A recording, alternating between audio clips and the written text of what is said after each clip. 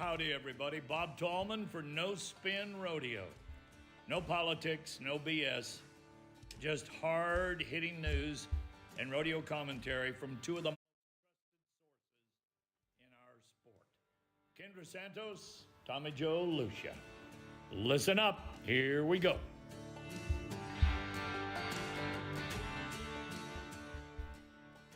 Well.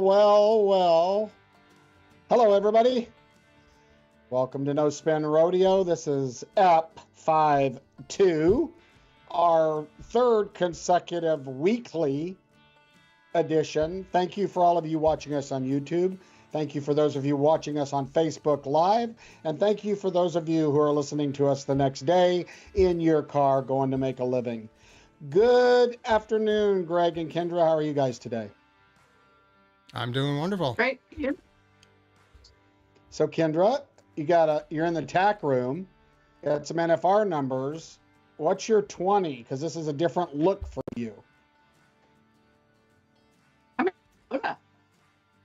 You're where? I'm in Dakota. Oh, The good steer opening capital. That's cool. Yeah, it's very, very, very windy here today. But It's very windy in north central Texas. Is it windy in North Carolina, Greg? It is, and I found something negative about moving to North Carolina, the pollen. It is unbelievable. I was flying in from the yesterday afternoon, and it looked like the trees were on fire, but it was just the pollen being blown off the trees, and everything's yellow. My back porch is yellow. Cars are yellow. Including your sinus cavities are yellow. Yeah. This is where you got to be on the Sudafed and half asleep. See, I can't take if I take Benadryl, like, it would be like me going through menopause. Like, I get very, very angry on Benadryl, and it's the only thing that works when pollen. Have you guys seen that clip where the guy in South Texas? I'll have to send it to you. Where the guy's doing a report out in the middle of nowhere, and he's from downtown Dallas, and they sent him, out into the hills, and this bug flies in his mouth, and he just loses it on camera. Pollen, bugs, this is redneck. Anyway, sorry about that. Well, hello everybody, welcome. We better get into some real stuff here. Kendra, it's Crossfire Day, or formerly known as Point of View. Now remember, we're going to try to do this in 30 minutes, which means we may be done in an hour. Kendra, give us the headline and get us kicked off today so we can get rolling. okay, so today we're calling this one When the Going Gets Tough. And we have a few examples to illustrate it that have all just happened. And so the first one. The kid, a lot of people were watching it on Cowboy Channel. Tyler Kipps, a kid, I think he's originally from Colorado. He lives in Stephenville now. Bull rider, 22 years old. Monday night, March 24th, he got hit, kind of what we saw, with a horn in the chest, and it was really bad. It right at the scene, I think both of us heard, people who were right there at Austin, that it was really, really scary, and that there were actually kind of some, borderline miracles performed right there on the medical side. And how many people since have told me, if you're going to get hurt, that, there's some really fine care there. So anyway, the diagnosis ended up being, there were so many rumors. He needed a heart transplant and all these sorts of, that was an actual rumor. He actually ruptured the tricuspid valve on the right side of his heart. And so they took him into surgery Friday, there in Austin, and they were able, Dr. Kessler, he told Tyler's mom and girlfriend that, and Michelle, his mom, has been in touch, as has his girlfriend, Blaze, that they repaired, they were hoping they wouldn't have to replace it. They repaired the valve once, and then they didn't feel like it was perfect, so they went back in and did it again to where they really felt like they did a perfect job. And so to fast forward to today, which is 4 days later, Tuesday, April 1st, and Dr. Kessler released Tyler to go home, a week after. Yes. And so that there it is. Is that him today? There it is. That's him today. And it's like, that's answered prayers. And that is, I mean, in this case, when the going gets tough, I mean, this kid, can you imagine laying there not knowing your future, from Monday through until Friday. And then, there was a video where his first time getting up out of bed, and some of his bull riding buddies were there. It was pretty cool. The Gray brothers and Colton Fritzland went and were there when he got up for the first time. But anyway, the fact that this kid it gets to go home is just right on. I mean, that's fabulous news. So, okay, that's a happy ending. Now he had a vest on, right? So he took that much force. Well, the next quick question before we go on that I just wonder, and I know you're not a doctor, but I'm assuming that if you have a ruptured valve, every time your heart beats, it bleeds into your chest. I would think that, right? Every time it's almost like a leaky PVC pipe inside your body. I would think it was really scary. Anyway, go on. This is random thoughts. I think very, very scary from what his girlfriend and mom, they were scared out of their wits about this situation. And for him to be headed home is just amazing. So, Praise God. Okay. So I just went to, and God, if I counted it, how many times the first professional event I ever worked was the BFI, and I was in college. The Bob Feist Invitational Team Roping Classic just happened Saturday at the Lazy E Arena, and where it moved, it was in Reno. It's been in California. It was in Denton, Texas one year, Las Vegas, Reno for a very, very long time. And when COVID shut Reno down in 2020, the BFI moved to the Lazy E, and that is its new home. But Saturday was the 48th annual. It started in 1977 out in California, but there was a really freak thing happen. And we see these things now, and this is why I think it's important for us to address them and also to address the rumors with facts.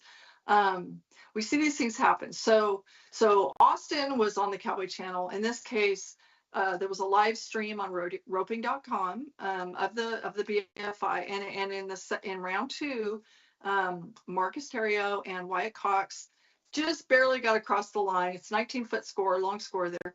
And the head horse that Marcus was riding, which belongs to Caleb Driggers, two-time world champ.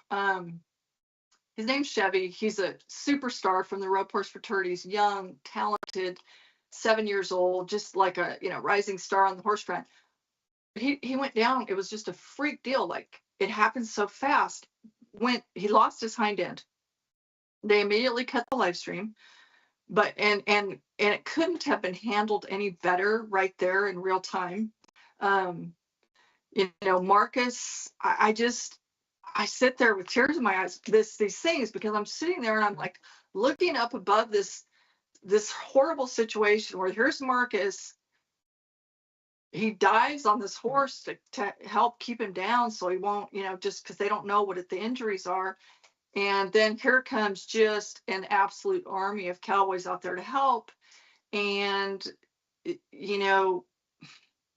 I'm looking up meanwhile at Marcus's banner, the timed event champions. The banners hang across the rafters of the Lazy E, just like now they're starting to do with the NFR icons at the Thomas and Mack. And Marcus won that thing in 2020. So I've seen the greatest moment of this kid's career right there in that arena, and then I'm sitting here watching him just running on adrenaline and compassion, basically, to help this horse. And everybody handled it just, and I mean, talk about the camaraderie of the Cowboys. Couldn't have been better. Well, anyway, so they took Chevy to Oak Ridge Equine Hospital, which is just kind of down the road from the Lazy E. And for so many people the rumors, of course, started immediately because it looked, really scary. And I can say that as of today, and it's April 1st, and this is not April Fool's jokes or anything,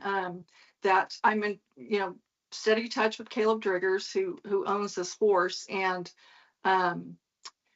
Chevy is alive, and so the rumors that he's gone are not true, and the rumors that he broke his back, that X-rays did not show that, unless something comes up later that wasn't shown. But there are also rumors that, oh, he's up, and I've seen a picture of him being up, but oh, he's fine, he's ready to run one. Those aren't true either. So this is a really tough thing, and we don't know the outcome yet. And so if people could be patient, I'm posting daily updates, from Driggers himself. And today he did transport the horse to his vet, which is Outlaw Equine Josh Harvey in Decatur, Texas.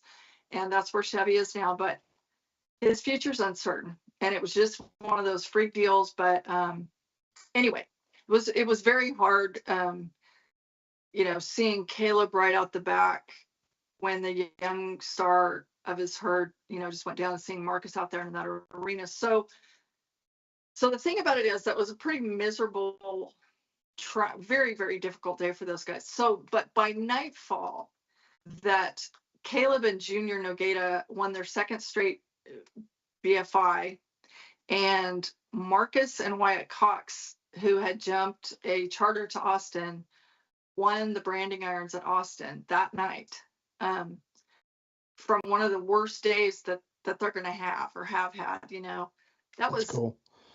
it was just, I mean, it's still far from over, but it was a pretty wild, happy ending. So Well, got a couple questions for you. Did they know is there any report on what physically happened to the horse, or are they still looking into that? They still don't. I mean, as of today, Triggers is like, I'm like, surely there's been like, they've done all these tests and everything, and the vets just kept telling him, he's on around the clock observation. But we just don't have a definitive answer for you. And I just, he's not out of the woods, and so we have to keep, stay hopeful, but we also, let's, just stick to the facts. So we don't know. It's not like, oh, he has this exact situation going on. It's not yet determined. But Driggers has him in the hands he wants him in, and Yeah. so. Well, one more question. Okay. For the fans on here that may not know the acronym BFI, and can you give us a little history, like who competes, what's the competition? The BFI is the Bob Feist Invitational. So I think this would probably be appropriate if people don't know. If you could give us a little background, since you were there when you were a teenager. Yeah. Did they have rubber wheel? Yeah, but anyway, so tell me about, let's just quickly, what's the BFI? Who competes? So yes, the BFI is this year there were 108 teams, which is, pretty, they vary a little bit each year, but it's the elite. It's roping's elite, and what every cowboy will tell you that sets it apart from every other roping, it's very tradition rich, very prestigious. It was the first of its kind of an open, people told Bob Feist he was crazy when he started this all the way back, in 1977, but it's a 6-header, which is unusual. It's Team a long roping. score. Team It's a roping. long score. It's a team roping. It's a long score. It's 19 feet now, but originally in Chowchilla, California, it was 35 feet, which is, I think, that's like Cheyenne. I think Salinas might be 40, but anyway, it's a long score. It's a 6-header, and it is, the cattle are notoriously strong, fresh, fast. So like, you have to have great horses. You cannot luck out and get by, 6 rockets. Basically, it's high degree of difficulty, and it's this roping just, it just has all the respect of everyone. It's like an absolute bucket list situation. And to win it twice and to win it back to back like they did, puts them in, I laughed. On the plane, I went from home to Phoenix, and on the flight from Phoenix to Oklahoma City, Rube Woolsey was on there, and I would mention Rube. The first to go back to back winning the BFI was Corey Kentz, won it with Rube Woolsey in '95 and Matt Tyler in '96. And Rube waited for me. He got off the plane first, and he waited for me, and he looks at me and he goes, "It is so good to see you. I've seen your boobs," and I'm like, "It's true." It's true, because What? this is so perfect. It's like, okay, because in 1995, I had a baby named Taylor, and he was zonked out in my backpack. And then what did he do? He woke up right when it was interview time with the champs. What am I going to do? I look at Rube and Corey. Corey is like, no problem. He already had kids. And I'm like, okay, Rube. Rube's not even married at the time. We can do this the easy way, or we can do this the hard way. If you want to hold this little baby while he's hungry. And they're like, no, do what you got to do. And I think I probably scarred Rube for life, but and I said, you do know that baby's 30. And he goes, I know exactly. Yeah, because I'll never forget winning the BFI was like, a huge highlight of his roping career. But anyway, so then, okay, also back to back, since Caleb and Junior just did it, they joined Charles Pogue and Britt Buckus and Speed Williams and Rich Skelton. And so it's just, to win the BFI is a feat, because it is just, I'm trying to compare it to something. It's not like where you can go chuck and duck and maybe be 3-8 and win a one header. It is like, you do not cut corners and win the BFI. Has anybody won it 3 times? Yes. Okay. And you're gonna make me remember that. Corey Kentz won it again in 2021 with Maniego Squeeza. Clay Ryan has won it 3 times. Speed and Rich won it a 3rd time, because they won it in '98 and then won it in 2000, 2001. So Driggers, they gotta win a couple more to set the all-time record. That's what I'm getting at. Yes, but I mean, for such a downer of a day, yeah, to end like that is, and Driggers has been having trouble with he's been really, by the way, he borrowed a horse. He lends his buddy a horse. He borrowed a horse from Brenton Hall, the NFR header. Brenton's wife, Shayla, her sister, Brooke, is who Driggers borrowed the horse from that he rode at the BFI. So there's camaraderie all over the place, right? Girls, guys, ropers. Anyway, pretty cool. Yeah. Clearing up the facts. The horse is not dead. The horse is not well yet. We don't know. Is under, we don't yeah, know we the don't future. know. Yeah, we don't know the future. And the bright side of it, both those guys in a really bad, hard time come out on top. Cool stuff. For sure. Okay, so let's go on to illustration number 3 about, when the going gets tough. So back to Austin, because so many people saw this. The last ride of the semifinals in the bareback riding on Friday night was Rocker Steiner on Butler and Son Rodeo's 892 Ice Cat. And so, the rodeo world watched it happen.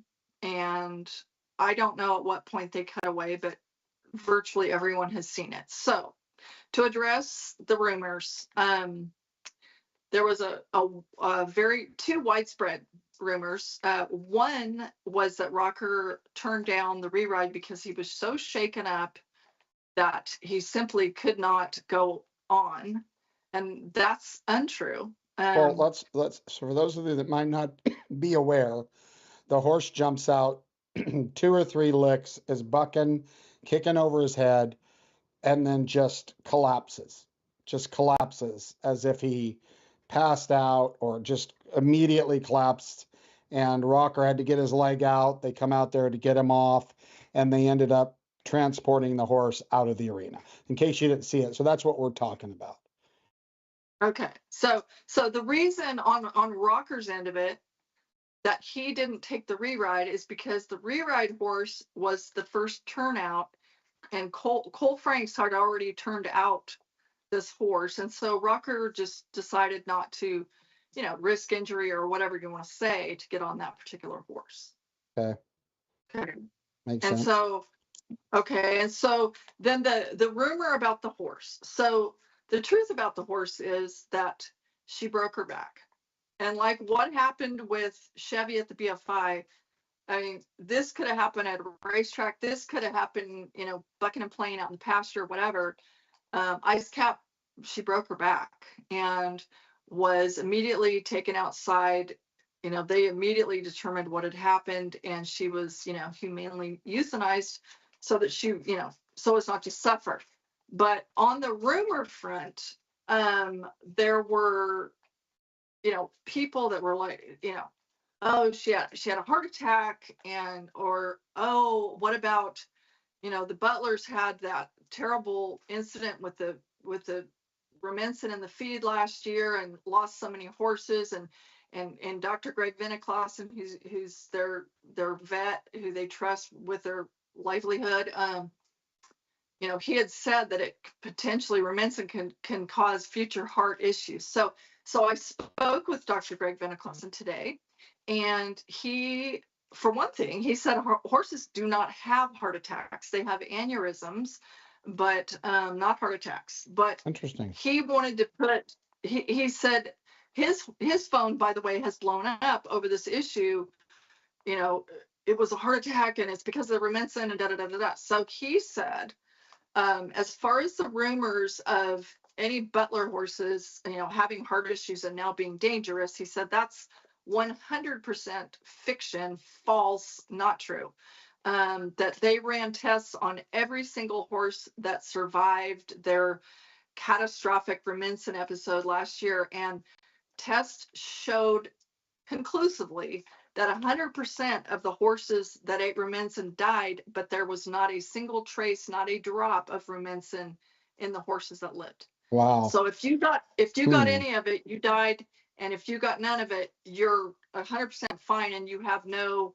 This is not a case where it could haunt you later with your heart. So, and I will say, Greg, Dr. Vinniclausen, he's awesome, but he said, that mare, she was here last year because she ran into a fence or something, and she cut her leg. So she went to his clinic there in Canyon, Texas, and hung out. And he said all the girls, fell in love with her. She was sweeter than shit. She was just a doll, and everybody around here just dearly loved her. And he said such a loss, and she's young. He thinks maybe only like 10 years old, but again, it's just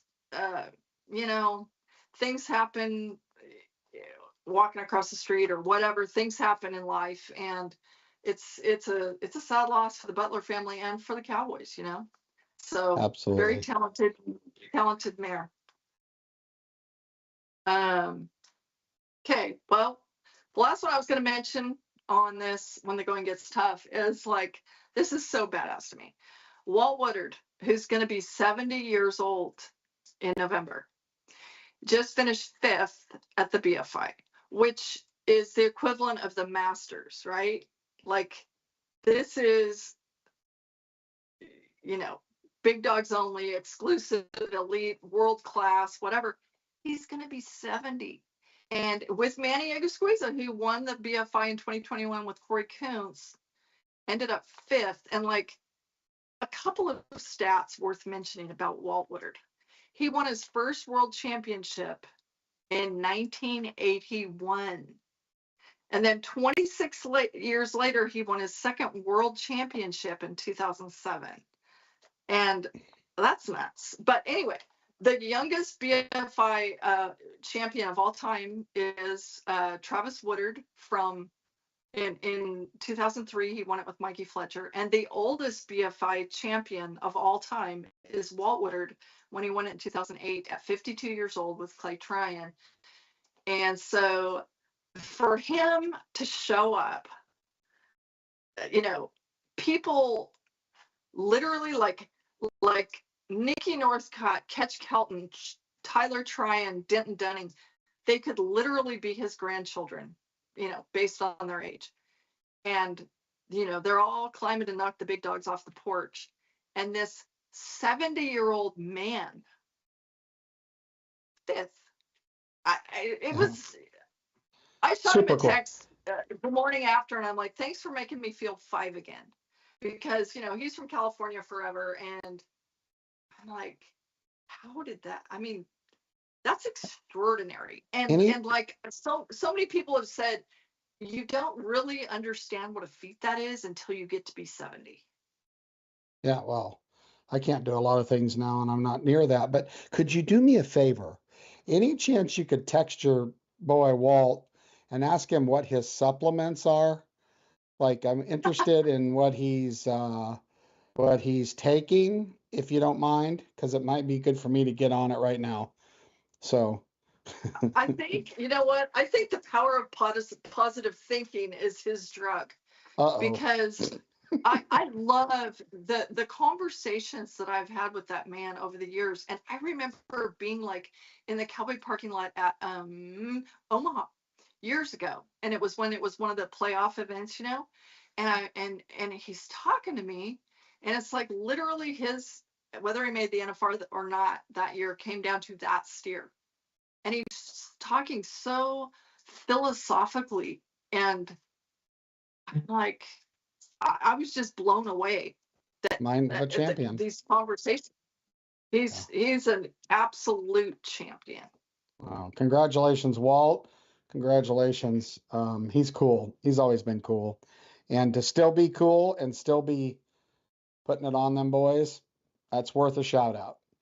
That's worth a shout out. Pretty cool. Well, Greg and I were just at a really cool event, and I'm going to bring it up real quick and try to make up some ground because we know our friend Kendra. She steals it all. She steals all my time. We went to Road to the Horse. There's a couple things. So what Road to the Horse is essentially 4 horse trainers from different countries and various backgrounds gather there and are selected. And the Pitchfork Ranch brings a remuda of geldings that have only been doctored. They're green. They run them out in the arena. We produce it for them. We do the broadcast and I do the live production. And they pick a horse. And then 3.5 hours later, so they have 2 1 hour and 45-minute sessions on a round pin with these horses, with the crowd watching. Now, this crowd sits there for 8 hours watching this. This is how interesting it is. Every day, 4 pins going. 3.5 hours later, they ride out of the round pin and they go through this 9 rail work like you would see at a regular show with stopping and turning.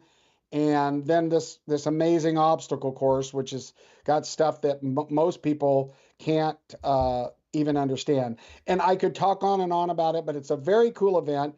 Check it out on YouTube. It's on there. It's worth watching, especially if you're interested in horse training. But the reason I'm saying it is we saw a no spinner there, and it happened to be one of the contestants' wives. So one of my really good friends, Phil Hagen, was a contestant. Now, Phil picked the rankest horse he could have out of the 15 horses, consequently not placing where he wanted. But his wife, Bridget, is a no spinner, listens to us. She said, shout out. She likes that we win every week. I wish she would have said go back to every other week, but she likes it every week. So congratulations, Phil. It's interesting in that picture there. Tick Maynard, the guy in the cowboy hat and the pink shirt, he doesn't wear a cowboy hat. He's an English jumper trainer. So that's the only picture you're going to see with him, a cowboy hat. He's got the helmet on, his jumping helmet on, and different kinds of pants. And so the 2 in the middle, Vicky and Tick, they were English jumping horse trainers, whole different way. And then the other 2 was Phil. Phil, go back to the other picture, Greg. Phil's on the left. He's the cowboy. And by the way, interesting enough, Phil's a gold card member, and he also won the Linderman Award in 1989, and we've talked about the Linderman. So he's an accomplished professional rodeo cowboy turned horse trainer. And the other interesting guy, the guy on the far right, which you would love him, This guy would be such a good interview for you, Kendra. That's Buster McLaury. He has worked on almost every ranch. He said that he's probably trained 10 times more horses than anybody else in the field. But he was the one on the mic, because they're mic'd up and you can hear him. He's the one like, well, sometimes you get in a bristle patch and you just got to ride out of it. I mean, he was just a charm. So it's a really cool event. Congratulations, Tick. And the last thing I would say, which is what I think is the most impressive, and this is what Kendra would talk about if she were telling this story. Billy Morris of Western Horseman, the owner of the Morris Media family, he was there, very elderly and very frail, but addressed the crowd because he loves this event. And here's what was amazing to me. All of his staff that there is putting this event on, they are so loyal to him because he's such a landmark leader and good person. He's the guy that says, we don't do that to an employee because they're family. We don't do that to competition because we win, right? So shout out to Mr. Billy Morris for putting on this event and for being a class act, because he's a class act in the corporate world, and we could use some more of those. So shout out to him, and the Road to the Horse was really, really cool. So my next thing is, it's April Fool's. This drives me batty. Every time on April Fool's, these associations put stuff out, and these brain cell of amoeba people that read this stuff believe it. Example number one. And I think that the PBR has done this. I think you said this, Kendra. I think this is like the 9th straight year they've done this on April 1st, where they're changing it to 8.5 seconds. Hey, that's fake news, everybody. April 1st. It's an April Fool's joke. And this one I thought was really good because I got a text about it if I was involved in it. This is the character cartoon of the Wright family that's soon to be released, with all their character images that someone, now that there's AI, someone was able to whip this out. Again, fake news. So if you're reading stuff on Facebook tonight when you get home and you suspect that it might be a little out of line, it's April Fool's, people. Have you any April Fool's jokes on you today, Kendra or Greg? Anybody do anything April Fool-y? So on a tech view, NAB, which is a National Broadcasting or National Association of Broadcasters, their association is their big meeting out in Vegas is next week, and I'm getting all kinds of emails about products and stuff they're showing there, and one of them came across and said, scratch your basically scratch your gear down and see if you won. Like they're telling you your gear is a scratch off ticket, and they have like a video of a guy scratching the handle of a camera off, and all of a sudden underneath it says you're a grand prize winner.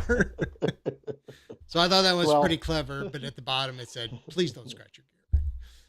Well, see, Greg, that just shows the difference in what we all look at, the algorithms. Yeah. If I saw that, I would just ignore it. But you, being the tech guy, thought it was really funny. Yeah. Oh, anyway. Last note, and Kendra didn't beat me to this, and I can't believe it. It's very sad to me that a lot of these really long tradition rodeos, not a lot, but it's always sad to me when a long tradition rodeo puts their saddle in the saddle rack for the last time. And in California, the Fiesta Stock Show and Rodeo concludes its 100-year run. Kendra, you probably breastfed at this event or something. So, I mean, that's just sad. That's terrible. The Fiesta, like my family and our memories, and like the Branquinos and different families like that, it's hard to even put into words. For one thing, Santa Barbara is an amazing, beautiful town, right there on the water, whatever. And but we would go, and I would take my boys, and they have like a kids day events, and then the kids, in the performances, it's this beautiful bowl of an arena, and historically it always had lights strung across it. Just think of old time California vaquero stuff, like where all of our traditions come from in the first place in our sport, and or so many of them. And it was the coolest. They mixed in, the performance would have a stock horse class, which is old timey. That's like Salinas still does it on the track, but in the rodeo. Or they might have, team pinning, and then they might have 5 team pinning teams, and then 5 kids team pinning teams. So it mixed in a PRCA rodeo with old time tradition. I can't even tell you the memories my family alone has, and to hear that it's coming to an end is really sad. It's just, you can't replace. It was like, you can't replace. I hate to use such a modern term, the vibe, but the old cool. I mean, socialites and different people in the stands there, and grandparents bringing little kids, and but just amazing Mexican food, and just a beautiful, just the best of our Western culture and heritage. And it's super sad. I bet you I got a very similar text from Jamie this morning, Jamie Brown, that you did, I'm guessing. But it's very sad. It's a very sad. And we'd heard rumblings in recent times that, what is it, the cities, they want the land or whatever it is. I don't even know, but just really a tradition gone that, future generations aren't even going to understand the magic of that place. So. Well, thank you to the Fiesta Stock Show and Rodeo for millions of very golden memories in the hearts and minds of those that got to attend it, and happy trails. Okay, so this isn't a feedback show, Kendra, but we got a couple pieces of feedback that I thought that I would cover because I think it's pertinent right now. So are you cool if we pull out a couple pieces of feedback and address them, even though Sure. And I think it ties into our headline anyway. So Greg, what's that first one that we had? So the first feedback comes from 303. Ken Sturman resigned from the Hall of Fame. Was he asked to resign by the PRCA? That was the one thing I thought didn't need fixing. That's a good one. So I did a little digging on this for our no spinners. And really, all I found was Kent resigned. So I really can't answer I don't have any fact, nor was I able to get anybody to say that he was gently nudged to resign. However, I did see some posts and stuff. There is some tone out there. Typically when someone does something this long and they resign, there's something up, but that's all balloons in the sky. So I don't have any proof, and we don't report fiction here. So we don't know. What we do know is Kent Sturman, who's been with the Hall of Fame a long time, is resigning. I haven't heard if they've made a choice of who's replacing him or not. The Hall of Fame is iconic, and it may be that it was time to shake things up, and Kent it may have been Sturman that thought that, or someone else. But it is true he's resigning, and we'll see what holds next in the Hall of Fame. But the Hall of Fame is a precious thing, and so hopefully it goes into good hands, because he's done a good job, been very active. I don't even know. Do you have any idea how long he's been there, Kendra? I don't know. I'm not sure how many years he's been there. Of course, Kent is a friend of rodeo and to us for a really long time. And for a very long time ran the National High School Rodeo Association before the Hall of Fame. I don't know how many years he's been at the Hall. Okay. Everybody loves him, for sure. Now the next one that ties in, and we don't have to start the feedback yet, because I want to tie it into Kendra's headline first. This is talking about PBR, and sometimes we talk about PBR. Talk about tough and getting through. because I've done this before, to the PBR staff, crew, PR folks, everybody involved, they just have completed 13 weeks of 3 events a weekend. 13 weeks with 3 PBRs in a weekend. So hats off to the PBR crew for really, really enduring. Now, I can flip that coin over and say, do you have enough good bull riders to do that? Are you watering down your brand? Are you burning out your staff? Do you have the best contract personnel at 3 events a weekend? All of that could be a topic, but congratulations to the PBR for being able to do 39 events in 13 weeks. That is tough stuff. And the PBR is a good example of Western lifestyle and is spreading it around the world. But what sparked me to bring this in, Kendra, was another feedback that I thought we should address because there's some scuttlebutt about it in the industry. So, Greg, let's throw that one up. So this is from the 702. I heard the Kid Rock Rodeo was reducing their prize money for the teams. Any truth to that? Has it been released? Okay, so at one point in doing a lot of digging on this, to be a financially responsible event, I take my hat off to those people because you can't survive writing 6-digit checks just to have an event forever. It's just the truth. It's wonderful to have huge prize money. It's wonderful to pay the contestants. It's wonderful to put in print that you're the XYZ rodeo, but the end has to match the means and they've got to pay it. So there was conversation, I understand, in the PBR ranks of reducing the prize money to $750, keeping each contestant, every team member at the Kid Rock Rodeo gets $4,000 just for showing up, no entry fees. They weren't going to reduce that. What they were going to reduce was what they were talking about reducing was the overall prize money from $27,000 to $14,000. I did get a call today from the biggest of the PBR bosses, and they are guaranteeing it's the same as 2024. It's $1 million. And in that conversation, you'll only hear this on No Spin Rodeo, but tomorrow or in the next day, keep an eye out because the PBR is going to announce a broadcast partner, a national broadcast partner for Kid Rock Rodeo. And remember, the PBR has been through this whole, remember, they left Dr. Phil, now they're on streaming platforms, but they are announcing a broadcast partner for Kid Rock Rodeo. So keep your eye out on that. That's coming around the corner. You heard it first here. So they're keeping it at $1 million.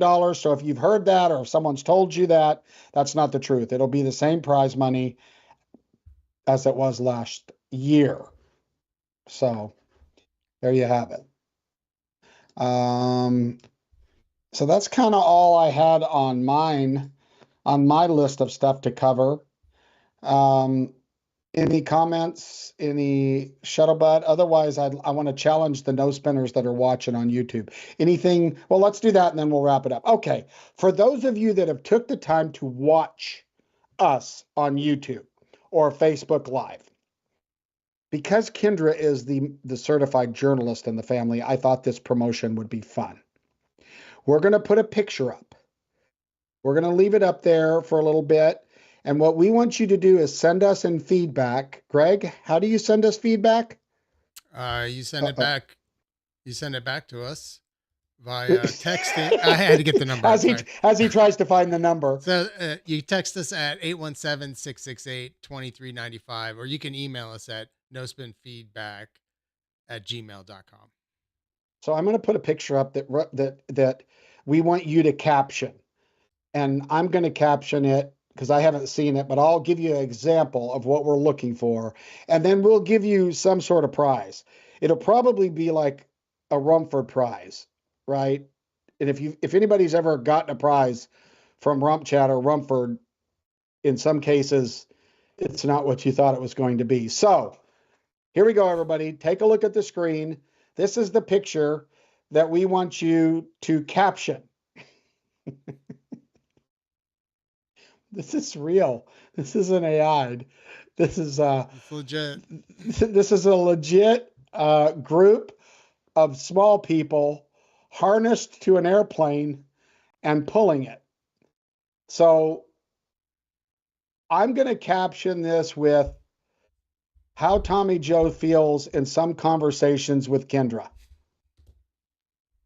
That's it. I can't see it. You guys are both frozen on my screen right now, and I can't see the picture. Oh no! I'm gonna caption it with eye roll emoji from Kendra right now. My wonder That's is probably very pretty like, appropriate. That's probably pretty. If you saw it, you would eye roll anyway, live. So we're sorry that you can't see it. But hey, no spinners, send us some feedback. We'll get you a prize of some sort. I promise. But engage with us, caption that. We'll talk about it on the next episode of No Spin. So thank you guys for attending. Let's do a quick round the circle, Kendra. Overall, kind of final thoughts of today's show. Anything exciting coming your way? We'll start with you, Greg. You're the most boring of all of us. Yeah, I know. But I thought this was the whole process of how a lot of these people have to deal with, the struggle of the sport, and it's so unpredictable. You don't know what's going to happen when you go out on a horse. You don't know what happens, every day. So being able to suck it up and do it over and over and I thought it was just amazing some of the stories that we went over today. Kendra from Oklahoma. I do. There is so much adversity to overcome in rodeo, and they talk about the highs and the lows, and it was like like Drigger said the other day. He said, it's so easy. Like it's really good, easy to be a good partner or a teammate or whatever when times are good, but it's when times are hard, when you hit the valleys, that you kind of find out what you're made of, and you find out. I mean, that's when it's really hard. And some of these people, whether you're having open heart surgery or your your herd is in jeopardy of having a future, or some of these things, it's like the adversity that it hits people just in general life, and in rodeo, of course, for sure. I talked to my son Taylor today, and Tandy Freeman drained 70 cc's of fluid off of his knee today. It's like, oh my goodness. And he's wondering if he can get back. He's been out for a year and wondering, gee, by May 10th, can I get back? It's like this the hurdles that you have to get past, the love of the game saying, if you don't love it, it's too hard. So Amen. I agree. This makes me think of the headlines. XYZ basketball player is out for NBA basketball player who gets paid $3 million a day is out for an undisclosed amount of time because of a bruised, left butt cheek. Right now, I know I'm probably going to get a lot of feedback that says, well, do you have any idea that the butt cheek connected to the so-and-so muscle, and when you jump, that would be very painful? That's not the point I'm trying to make. It's not about the butt cheek. Maybe it's a toenail, right? But whatever. But we have the toughest athletes. I think that rodeo athletes are most like hockey players. And I've been around a lot of these athletes going in and out of these buildings with shows. And I can tell you that those hockey players got a lot of rodeo likeness to them. They walk right out with their tooth in their hand because the next morning they're going to have that tooth put back in their head because it was knocked out last year. And we got the same thing for rodeo. So hats off. We are a part of a cool group of people. And that's why, by the way, if you're out there messing around in the media and stuff, we're authentic. We don't put up with any fake news, BS, spinning it. That's why that those people that try to get into our culture, if they don't honor our culture, it's hard to get in. And that's the thing. It's because everybody's tough. And if you're not tough, you don't last here and you'll find a new job. So that's my final thought. Until we meet again, everybody, thank you for being a part of this episode of No Spin Rodeo. I think we went under an hour, even though it was supposed to be 30 minutes, but still, we are accomplishing some stuff. God bless all of you. We'll see you next Tuesday night, 6:30 Central Time, for the next episode of No Spin Rodeo. God bless you. Be safe. Happy trails.